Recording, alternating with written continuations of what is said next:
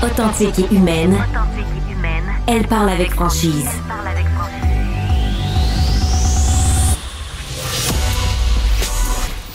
Elle traite l'information avec rigueur et efficacité.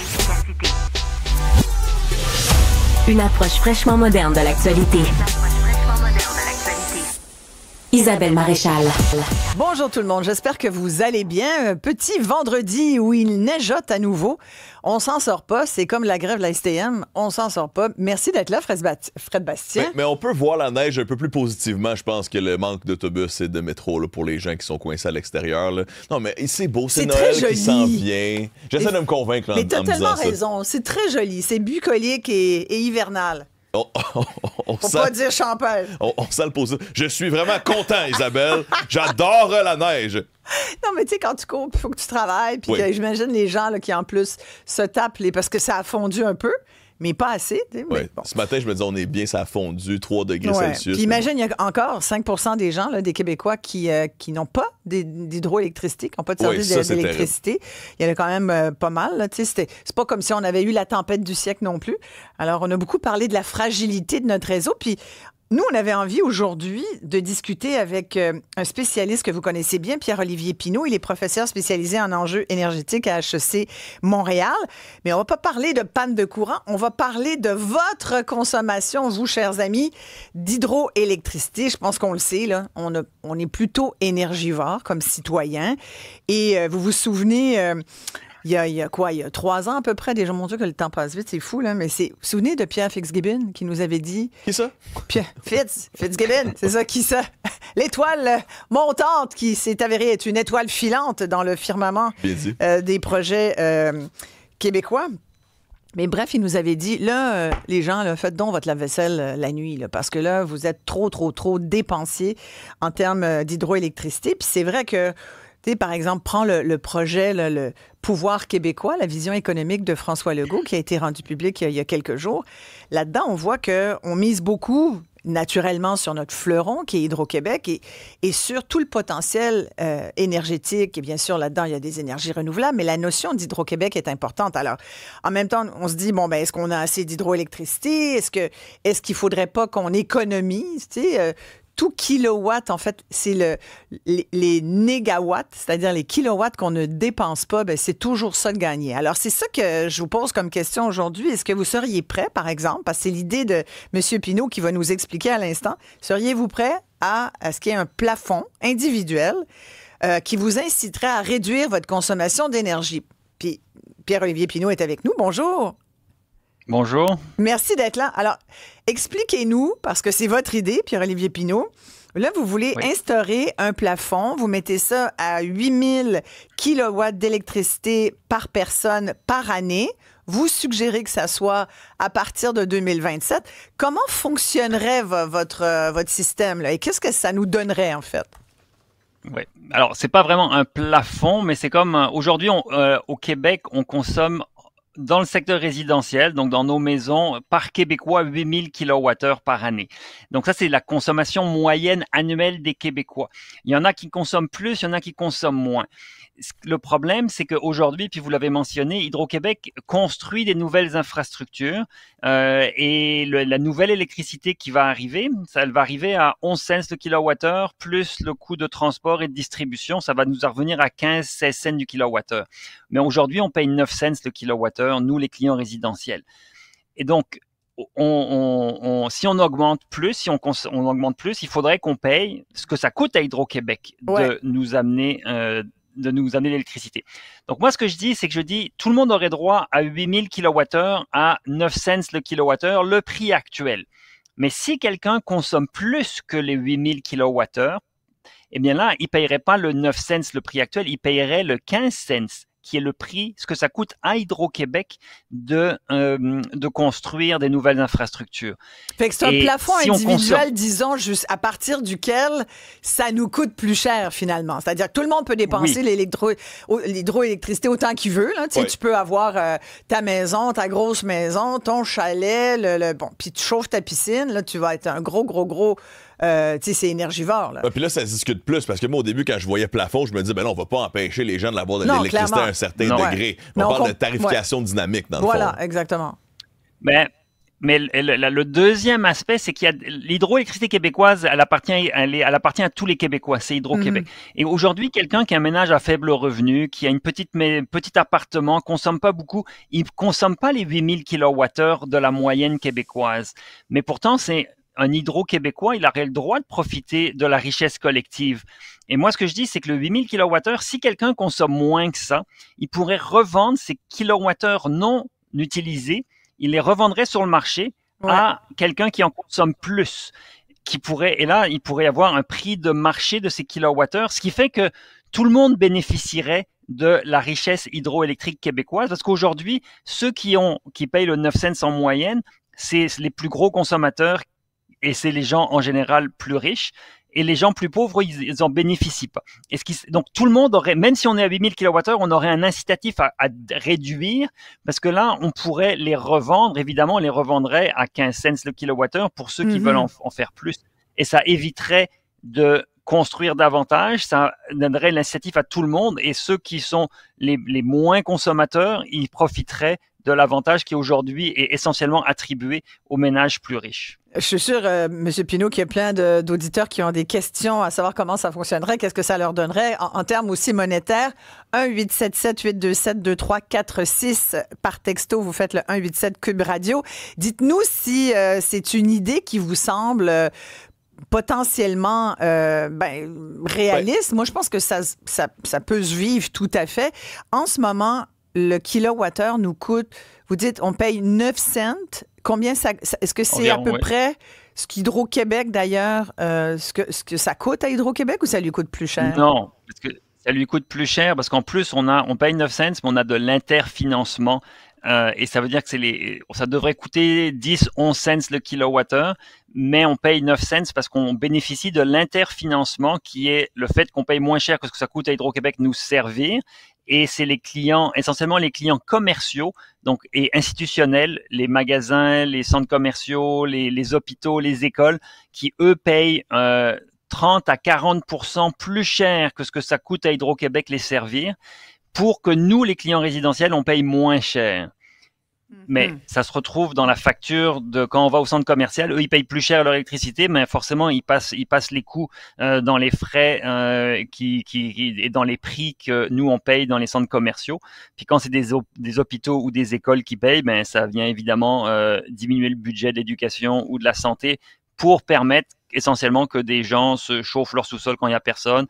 Dans le Journal de Montréal, cette semaine, il y avait un super article qui disait il y a des gens qui chauffent leur entrée de garage, l'allée de garage devant chez eux pour éviter de pelleter. Oui, mais là, ils le font à l'électricité et ils payent leur électricité moins cher que ce que ça coûte à Hydro-Québec de les servir pour un usage qui est clairement un usage luxueux au-delà des besoins essentiels. On va revenir au prix que ça coûte à Hydro de nous fournir de l'hydroélectricité, mais il y a Sylvain qui est au bout du fil, puis je pense que Sylvain, ça vous enchante pas, ce genre d'idée? Je commence à être tanné d'avoir ce genre d'individu-là qui nous dit d'économiser tout le temps, puis de faire attention à ci, puis de faire attention à ça. Là. Le monde travaille, puis ils ont de la misère à payer leur loyer puis leur bouffe. Là. Puis là, il faudrait qu'on se priverait sur l'électricité, des choses comme ça. En Arabie Saoudite, là, ils font du pétrole, là, puis le gaz, là, il est pas 3 piastres, là, il est peut-être rendu à 20 cents. Là. Dans le temps, il était à 10 cents le gallon. Là. Ça coûte rien pour les gens qui vivent là-bas, là, le gaz. Là. Fait que ici, on a de l'électricité, là, fait qu'on pourrait-tu essayer de vivre, là, moi, des histoires là, de partir le lave-vaisselle à 2-3 heures du matin pour économiser pour les heures de pointe où il y a une grosse demande d'électricité, là. S'ils sont pas capables de faire des systèmes pour fournir les gens, ben qu'ils arrêtent d'en vendre aux États-Unis puis qu'ils en gardent un peu plus pour nous autres. Ça devient redondant, puis je trouve que nous autres, les Québécois, là, on est vraiment un peuple soumis, là, de tout le temps de se faire embarquer sur le dos ils ont tout le temps des belles histoires, là. Ils arrivent jamais pour dire les vraies affaires. Ils arrivent tout le temps avec une belle histoire, mais c'est rarement ce qu'ils disent qui arrive quand c'est le temps que ça arrive. T'sais? Là, vous parlez des politiciens, par exemple? Je parle de politiciens, n'importe qui, là, Hydro-Québec, là, je ne sais pas combien d'augmentations qu'ils nous font. Là. puis dans les 2-3 dernières années, là, c'est rendu fou, là. On peut même pas profiter de notre pétrole à nous autres. Nous autres, là, notre pétrole, c'est l'électricité, c'est l'eau. Fait qu'on pourrait-tu en profiter? C'est nos richesses à nous autres au Québec. On pourrait-tu en profiter? Tabarnouche, là, c'est bien beau, là. Oh, ouais, mais on paye moins cher en Ontario parce qu'ils se comparent souvent en Ontario. Mais en Ontario, ils ont le double de salaire que nous autres, on a, tu sais. Ouais. Il y a tout le temps des affaires. Ils prennent qu'est-ce qui fait leur affaire, mais ils parleront pas de qu'est-ce que eux autres, là, en Ontario, payent de moins cher que nous autres au Québec. Merci, Sylvain. On n'est pas assez taxés ici. Ouais, j'entends bien ce que vous dites, puis je pense que ça rejoint beaucoup de nos auditeurs. Et c'est vrai que ce que vous dites, en fait, c'est que vous reconnaissez qu'on devrait avoir un avantage concurrentiel. On va le dire comme ça. On est un endroit où ça coule comme de l'eau, hein, l'hydroélectricité. Donc, on devrait avoir un avantage concurrentiel à ça. Puis, j'avoue, Pierre-Olivier Pinault, que c'est un argument. C'est effectivement l'argument qui revient souvent, mais qui est aussi très compréhensible. Les gens, c'est normal qu'ils pensent ça, là. Et c'est exactement parce que je suis en grande partie d'accord avec ce que le monsieur vient de dire que je dis le 8000 kWh, on va le faire au prix qu'on paye aujourd'hui. On va le faire à 9 cents et profiter de vos 8000 kWh. Le problème, c'est que, et Madame Maréchal, vous l'avez dit, Hydro-Québec est en train de construire des nouvelles infrastructures. Et ces nouvelles infrastructures, elles vont pas être construites au même prix que la baie James. Ça va coûter beaucoup plus cher, 3 fois, 4 fois plus cher. La baie James, ça fait de l'électricité à 3 ou 4 cents le kilowattheure et après, il y a les frais de transport, puis de réseau et de distribution, et donc on paye 9 cents. Mais les nouvelles infrastructures, c'est pas 4 cents le kilowattheure, ça va être 11 cents le kilowattheure que ça va nous coûter d'avoir de la nouvelle électricité du Labrador ou de parcs éoliens. Donc, qu'est-ce qu'on doit faire? Qui doit payer pour ce surcoût-là? Est-ce que tout le monde doit payer plus cher? Si quelqu'un veut profiter de notre électricité, mais qu'il en profite. Mais moi, ce que je trouve inacceptable, c'est que des gens qui ont une grosse piscine, ils payent le même prix que des gens qui ne consomment pas beaucoup. Et là, s'ils consomment plus, mais ça serait à eux de payer le vrai prix. Pas Donc, le ce que vous dites, Pierre-Olivier Pinault, dans le fond, c'est... Ce que vous suggérez, c'est que les gens qui consomment moins, eux, ils vont avoir une espèce d'avantage. Ils vont même pouvoir... C'est comme s'il y avait une espèce de marché de l'hydroélectricité. Tu vas pouvoir revendre là, tes négawatts à toi. Ce que tu n'utilises pas, tu le vends à d'autres.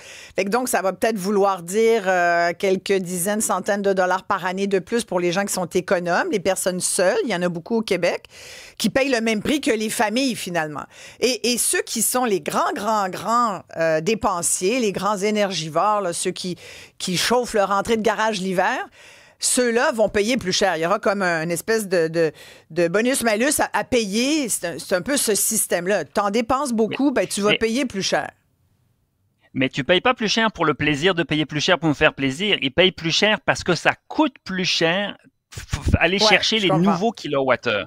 Il y a une justification. C'est pas juste parce que j'ai envie de punir les gens. Moi, je veux punir personne. Si c'était pour moi, tout serait gratuit. On donnerait tout à tout le monde, et tout le monde serait heureux. Malheureusement, c'est pas comme ça. Il faut que on se partage les ressources qu'on a et des fois il faut payer. Et là, je dis, il faut payer le vrai prix si on consomme plus que ce qu'on consomme en moyenne au Québec. Je dois dire là, qu'on reçoit beaucoup de commentaires, puis c'est subtil. Les gens ont de la difficulté à être convaincus. On parle d'une autre taxe. Les gens réclament la capacité d'avoir des rabais sur l'hydro parce que c'est la seule chose qui est abordable selon eux. On a quand même des commentaires aussi qui disent on n'est pas un peu en train d'encourager les modes alternatifs, notamment quelqu'un qui dit mais dans ce cas-là, je veux pouvoir continuer de chauffer au poêle si je peux encore le faire. On pose la question aussi, on n'est pas en train de pénaliser ceux qui ont une voiture électrique finalement, puis on demande est-ce que les familles avec enfants auraient le droit à leurs 8000 kW aussi pour les enfants? Le 8000 kWh, c'est par personne, c'est tout le monde. Donc, c'est incluant les enfants, incluant les personnes âgées qui sont dans des maisons de retraite, c'est tout le monde. Mais c'est des Québécois et c'est la richesse québécoise. Souvent, on dit l'hydroélectricité, c'est notre richesse collective. Même le monsieur l'a dit au téléphone, c'est notre richesse québécoise. C'est notre pétrole à nous, qui disait. C'est notre pétrole à nous. Est-ce que c'est normal que certains aient plus grosse part du gâteau pétrolier? Est-ce que c'est normal qu'il y en ait qu'on ait plus que d'autres? Si vous avez une famille de 4 enfants, mais c'est 4 fois, vous êtes 6 dans la famille, les 2 parents, les 4 enfants, c'est 6 fois 8000 kWh. Et si vous êtes juste tout seul chez vous, c'est 1 fois 8000 kWh. un avantage de ce que je propose, c'est que justement, si on a une famille de 4 enfants, puis là, les enfants grandissent, puis ils s'en vont de la maison, les parents, ils vont se retrouver à 2, puis là, ils vont dire peut-être que c'est le temps de déménager. Aujourd'hui, on a une crise du logement, et en partie causée parce que des gens restent dans leur grand logement, même s'ils sont tout seuls ou à 2, alors qu'avant, ils étaient une famille au complet. Mais là, ils vont se poser la question, je vais perdre les 8000 kWh parce que mes enfants sont partis. Et donc là, ils partent avec leurs 8000 kWh.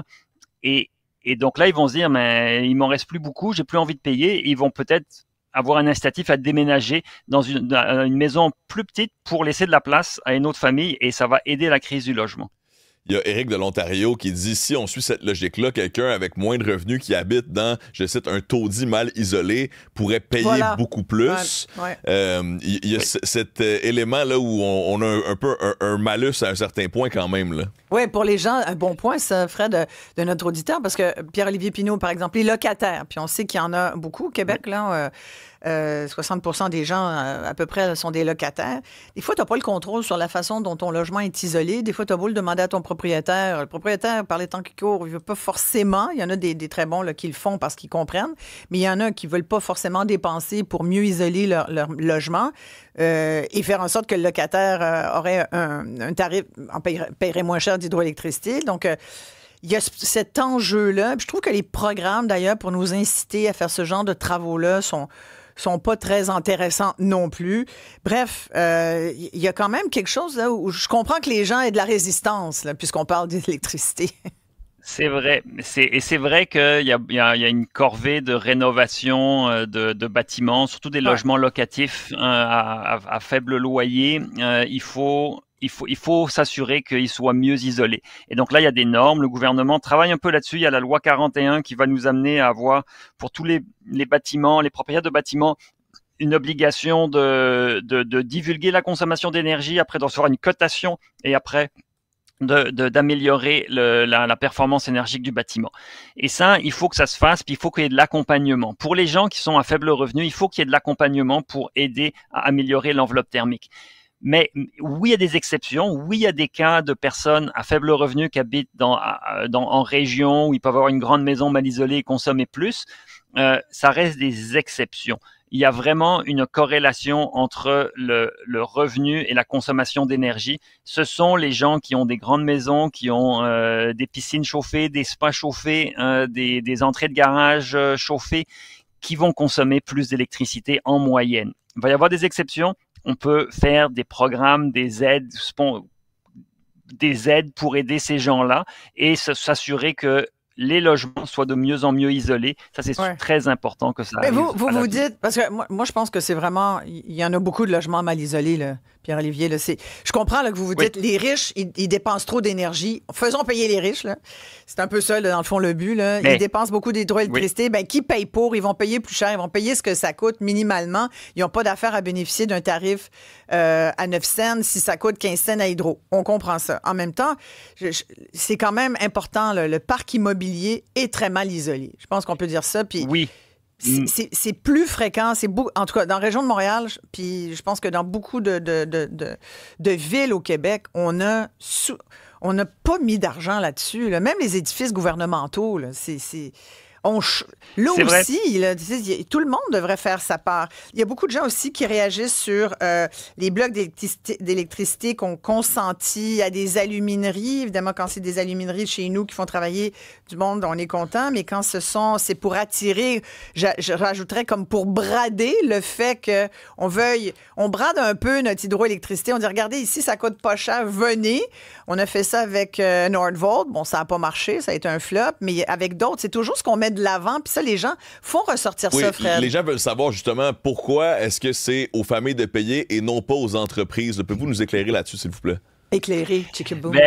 C'est un très bon point. C'est un très bon point. Puis j'ai eu l'occasion de faire des recommandations au gouvernement pour lui dire non, tout ce qui est la nouvelle consommation, ça devrait être à la charge des consommateurs qui veulent consommer en plus. Parce que c'est une aberration. Aujourd'hui, oui, le gouvernement construit, comme je disais, à 11 cents des nouvelles infrastructures. Enfin, il demande à Hydro-Québec de construire à 11 cents et on va revendre aux industries et à nous, à tout le monde, moins cher que ce que ça coûte. Et ça, c'est une aberration économique. Là, on ne bâtit pas une économie en construisant quelque chose à 11 cents et en le revendant à 9 cents ou à 6 cents, en le revendant moins cher. C'est ça qu'on fait dans la structure actuelle. Là, ma proposition, elle concerne le client résidentiel, mais évidemment, il faudrait qu'on ait la même chose. Il faudrait qu'on ait quelque chose de similaire, que les nouvelles industries, il faut arrêter là de vendre moins cher que ce que ça coûte l'électricité pour les nouvelles industries qui viennent. Ça ne peut pas fonctionner, mais on a des vieux réflexes de développement industriel un petit peu ancestraux. C'est de dire on a beaucoup d'électricité, elle vaut pas cher, donc on va la vendre moins cher que ce que ça nous coûte parce que c'est notre avantage historique. On a un avantage historique, mais là on l'a plus pour la nouvelle production. Et donc ça c'est une mauvaise idée que de vendre moins cher que ce que ça coûte produire l'électricité pour les résidentiels, pour l'industrie, pour le commerce. Il y a un problème là-dessus. Je peux vous dire, en tout cas, ça intéresse les Québécois, Pierre-Olivier, parce que là, on a beaucoup de gens au téléphone qui veulent intervenir. Alors, on commence avec vous, Yannick. Oui, bonjour. Est-ce que vous m'entendez bien? On vous entend super bien. Monsieur. Oui, le courant passe. Oui, excellent. Bon, moi, je comprends ce que M. Pinault veut dire comme raisonnement, mais moi, je voudrais intervenir en tant que propriétaire, justement, d'une grosse maison. Oui. Moi, ça me coûte, faites pas le saut, là, ça me coûte à peu près 5 000 d'électricité par année. Ah ouais? Uh-huh. J'ai la piscine, j'ai le spa qu'on parle, là, mais... Vous chauffez pas votre entrée de garage dehors, j'espère, quand même. Non, ça, je fais pas. Non, ça pas. Il y a des limites, à un moment donné. Ouais. Mais, parce que ma maison est quand même assez grande, mais c'est comme ça.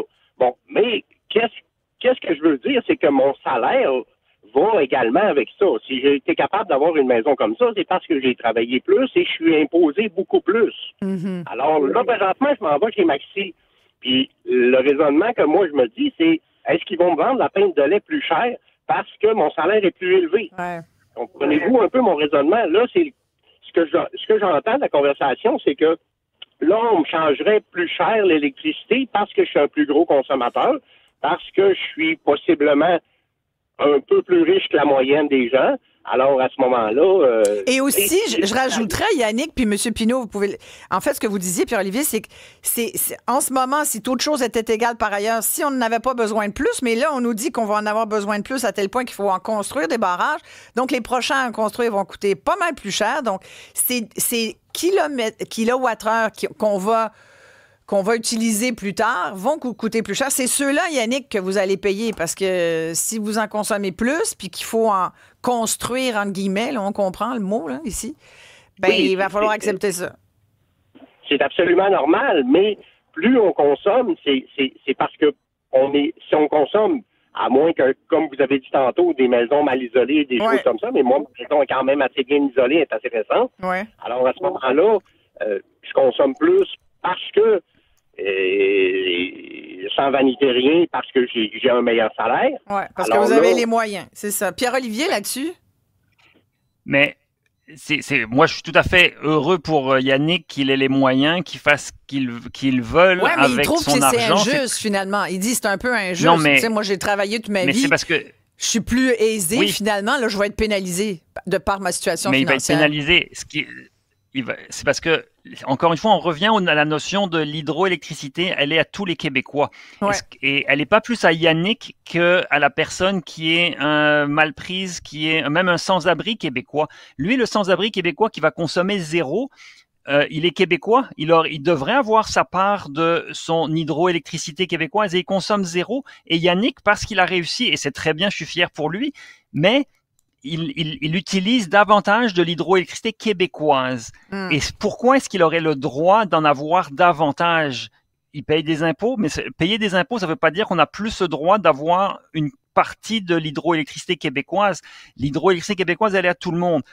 Ouais. C'est 50 000 kilowattheures. Il paye 5 000 $ d'hydro par année. Ça fait environ 50 000 kilowattheures. Si, je ne sais pas combien ils sont chez lui, mais s'ils sont 4, ben, ça serait 32 000 kilowattheures qu'il devrait payer au prix qui est le prix actuel. mettons, ouais. Puis le reste, il paierait 15 cents. Le reste, il devrait payer 15 cents. Ouais. Ben voilà, Yannick. Bon, là, je vous rassure, là, c'est une idée que M. Pinault lance là, pour nous faire réfléchir, mais je trouve ça bien intéressant. Merci, Yannick. On a Stéphanie qui est avec nous. Êtes-vous d'accord, vous, Stéphanie, à cette idée-là, par exemple, ou quelque chose du genre? Ben moi, je pense que je vais aller à contre-courant des autres. Là, OK. Parce que je trouve ça une excellente idée dans le sens que c'est un peu comme une ligne de téléphone. Là. Je veux dire, moi, j'ai tant de gigs jusqu'à concurrence de. Puis après ça, on me charge à chaque meg, peu importe que j'utilise. Fait que c'est un peu le même principe.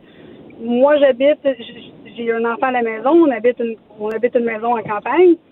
Je consomme une certaine quantité d'électricité. Mon père habite tout seul à Montréal dans un 4,5. Il consomme pas, mais lui, il paye le même prix que moi. Ouais. Je veux dire, on est 3, ça fait 3 fois 8000 kilos. Je fais attention, j'ai des thermostats, tout est contrôlé. Je veux dire, je baisse mes températures. Fait que je contrôle la quantité d'électricité que j'utilise. Pas parce que ça va me coûter plus cher, parce que dans le fond, ça change pas tellement. Mais je pense que le fait, en plus, le fait de pouvoir repartager cette électricité-là que tu n'as pas utilisée, je veux dire, c'est un peu comme on vous donne de l'argent, revends-le, mais on crache dessus. Tu sais, si moi j'utilise juste 2500, puis j'ai le droit à 8000, ou j'utilise 5000, puis il m'en reste 2000, ben je les revends, fait que non seulement je suis gagnante, mais... Dans le fond, vous le voyez, Stéphanie, comme un programme pour nous encourager à économiser, en fait, puis c'est l'idée de M. Pinault, l'hydroélectricité, parce que à un moment donné, on n'aura plus assez. Beaucoup aussi parce qu'on a fait des choix. Je veux dire, on est tous, vous parlez de téléphone cellulaire, on est tous sur notre téléphone cellulaire. On est là à avoir des données, merci beaucoup Stéphanie, des données un peu partout. Ces données-là, puis là, on veut avoir des centres de données au Québec. À l'époque, il n'y a pas si longtemps, on n'en voulait pas, mais là, on en veut. Là. C'est la nouvelle affaire. Fait que là, il faut les mettre quelque part. C'est des brûleurs de kilowatts, hein, M. Pinault? Puis on s'en sort pas. Oui. Alors, à un moment donné, c'est clair qu'on va en avoir besoin, là. D'hydroélectricité. Puis Fred. Absolument. Donc, ouais. Allez-y. Rapidement, M. Pinault, qu'est-ce qu'on répond à ceux qui avancent que gérer la bourse des kilowattheures, ça pourrait coûter plus cher que ce que ça va rapporter finalement? Est-ce que c'est pas une couche de bureaucratie qu'on ajoute? Comme la carbone, là, comme pour le carbone, ouais. Non, mais alors c'est un très bon point parce que je l'ai pas mentionné, mais aujourd'hui là, tout le monde a des points aéroplans, des points air miles, des points de la SAQ, etc. Fait qu'en bout de ligne, ça serait juste un programme de points qu'on aurait. Ça serait Hydro-Québec qui vous dit, vous avez 8000 points par année, chaque point c'est 1 kWh. Puis là, quand vous payez votre facture, ça. C'est Hydro qui gérerait, c'est ça que vous dites? OK. C'est Hydro qui gérerait comme des points, comme un programme de fidélité. Puis vous savez, les points qu'on reçoit dans des programmes de fidélité, on peut les transférer à d'autres. Des fois, on vous dit, faites-en cadeau. Et là, moi, ce que je dis, c'est que ces points qu'on a, soit on les utilise pour payer notre facture, soit on les utilise on les transfère à d'autres parce qu'on n'en a pas besoin. Donc ces programmes de fidélité, tout est informatisé. C'est quelque chose qui se fait facilement. Il n'y a pas de nouvelle bureaucratie. Tous les commerces quasiment ont leur programme de fidélité avec des points. Ce serait la même chose. On va terminer et je suis vraiment contente. On aura l'occasion de se reparler de ça parce que je pense qu'il faut que ça nous fasse réfléchir aussi. C'est l'occasion de le faire avec ce sujet-là. Mais il y a vraiment beaucoup de commentaires et d'appels. Raymond, on termine avec vous. Comment vous voyez ça, vous, Raymond, cette idée de M. Pinault? Ben, c'est une très bonne idée. Ça revient semblable au bloc patrimonial qu'on avait avant, là, que nos amis les libéraux ont enlevé.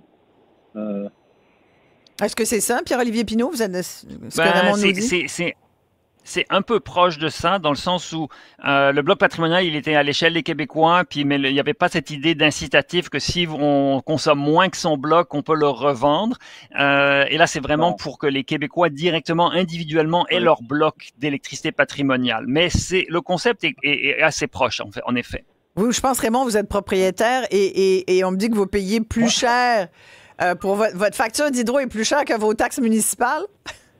Oui, Isabelle, je vais faire un petit résumé. J'avais un petit bungalow 24-40. Ma fille restait au sol. Nous autres, moi et ma femme, on restait en haut. Ouais. Avec le temps, on avait le choix soit de vendre puis aller chacun de notre côté. J'ai agrandi la maison du double. OK? Ouais. Donc, nouvelle section. Ma femme et moi, on reste dans cette nouvelle section. Ma fille est de l'autre côté. On est 6 total, 2 enfants, 4 adultes. Ça me coûte actuellement 440 $ par mois d'Hydro-Québec. Même si là, je viens d'installer les nouveaux thermostats Hilo d'Hydro-Québec. Puis mes taxes municipales, ben ça me coûte 4 000 $ par mois. 4 000 $ par année. Oui, c'est ça. Vous avez fait comme une intergénérationnelle, finalement, puis c'est ça. C'est ça, ouais. Heureusement qu'on est deux à payer. Ouais. Mais je veux dire, il reste que c'est un non-sens de payer plus d'hydro, puis on est pas énergivore là, que de taxes municipales, là, quelque part. Ça va arrêter où? Oui, c'est ça. Mais c'est ça. Merci, Raymond. Puis je pense que Raymond résume bien ce que beaucoup d'Outiens nous ont écrit, hein, Fred, c'est M. Pierre-Olivier, c'est que les Québécois ont quand même l'impression qu'ils payent cher leur hydro. C'est comme si, je comprends qu'idéalement, vous l'avez dit tout à l'heure, on voudrait tous quasiment l'avoir gratuit, mais au-delà de ça, je pense que les Québécois regardent ça, ils voient les augmentations régulières de la Régie de l'énergie demandées par le gouvernement du Québec, puis là, ils se disent, comme vient de le dire Raymond, ça va s'arrêter où? Il y a effectivement, moi, je sais que ma facture d'hydro est très importante. Je n'ai même 2, parce que j'ai B-Énergie, fait que j'ai le gaz métro aussi, puis le gaz, ça ne coûte pas 2 $, je peux vous le dire. Fait que là, maintenant, tu fais comme... OK. Moi, j'ai mis des petits cartons chez moi. Là. La douche, c'est 5 minutes. J'ai acheté... Non, mais c'est vrai. Je dis fermer les portes. On va changer les coupes froides. Ça prend un système de points chez toi, Isabelle. Non, mais je le dis. Ma jeune adulte qui est une post-ado, je lui dis, la douche, là, j'ai mis un petit minuteur, là, vous savez, là, un petit compteur. Là. Je dis, regarde, quand c'est fini, là, il n'y en a plus d'eau. T'sais. Puis j'avais deux compteurs. Tu sais, j'avais comment on appelle ça, là, les cylindres, là. Qui chauffent, 2 chauffe-eau. Oui. Bien là, je le réduis à 1 chauffe-eau. Fait que je me dis, quand ça va tomber frette, ils vont fermer le robinet. Oui, ça, tu comprends? C'est bon incitatif. Alors, je pense qu'il faut aussi, il faut qu'on pense à économiser. Puis je pense que si ça nous fait pas mal au portefeuille, on le fera pas. Bon, mais il y a des gens, Pierre-Olivier, qui n'ont pas les moyens de payer plus cher. Ça, c'est un fait. C'est vrai. Malheureusement. Mais le système que je propose, pour beaucoup de ces gens-là, ils en bénéficieraient parce qu'eux, ils consomment moins que leurs 8000 kWh. Et donc là, il y a quelque chose d'intéressant pour eux. Voilà. On continue de réfléchir à tout ça. Merci en tout cas de faire germer certaines idées. Merci pour votre participation aussi. Là, encore une fois, il y avait beaucoup de commentaires. J'ai essayé d'en livrer le plus possible, mais merci. On les lit tous toujours. Là. Pierre-Olivier Pinault, professeur spécialisé en enjeux énergétiques à HEC Montréal. Oui, puis restez là, tout le monde. Partez pas, là. Partez pas... Bûcher du bois, là. Non. Vous restez avec nous. On va revenir d'ailleurs aussi sur les télécoms, tu sais, parce qu'on parlait des gens qui avaient manqué d'hydroélectricité. Il y a des gens qui ont manqué de réseau cellulaire. Fait que tout à l'heure, on va avoir Steve Waterhouse aussi qui va nous parler de ça. Mais là, on va parler d'éducation un petit peu, de niveau de scolarité, puis voir si vous, est-ce que vous estimez que le fait d'avoir été à l'école, ça a été payant dans votre vie? À tout de suite.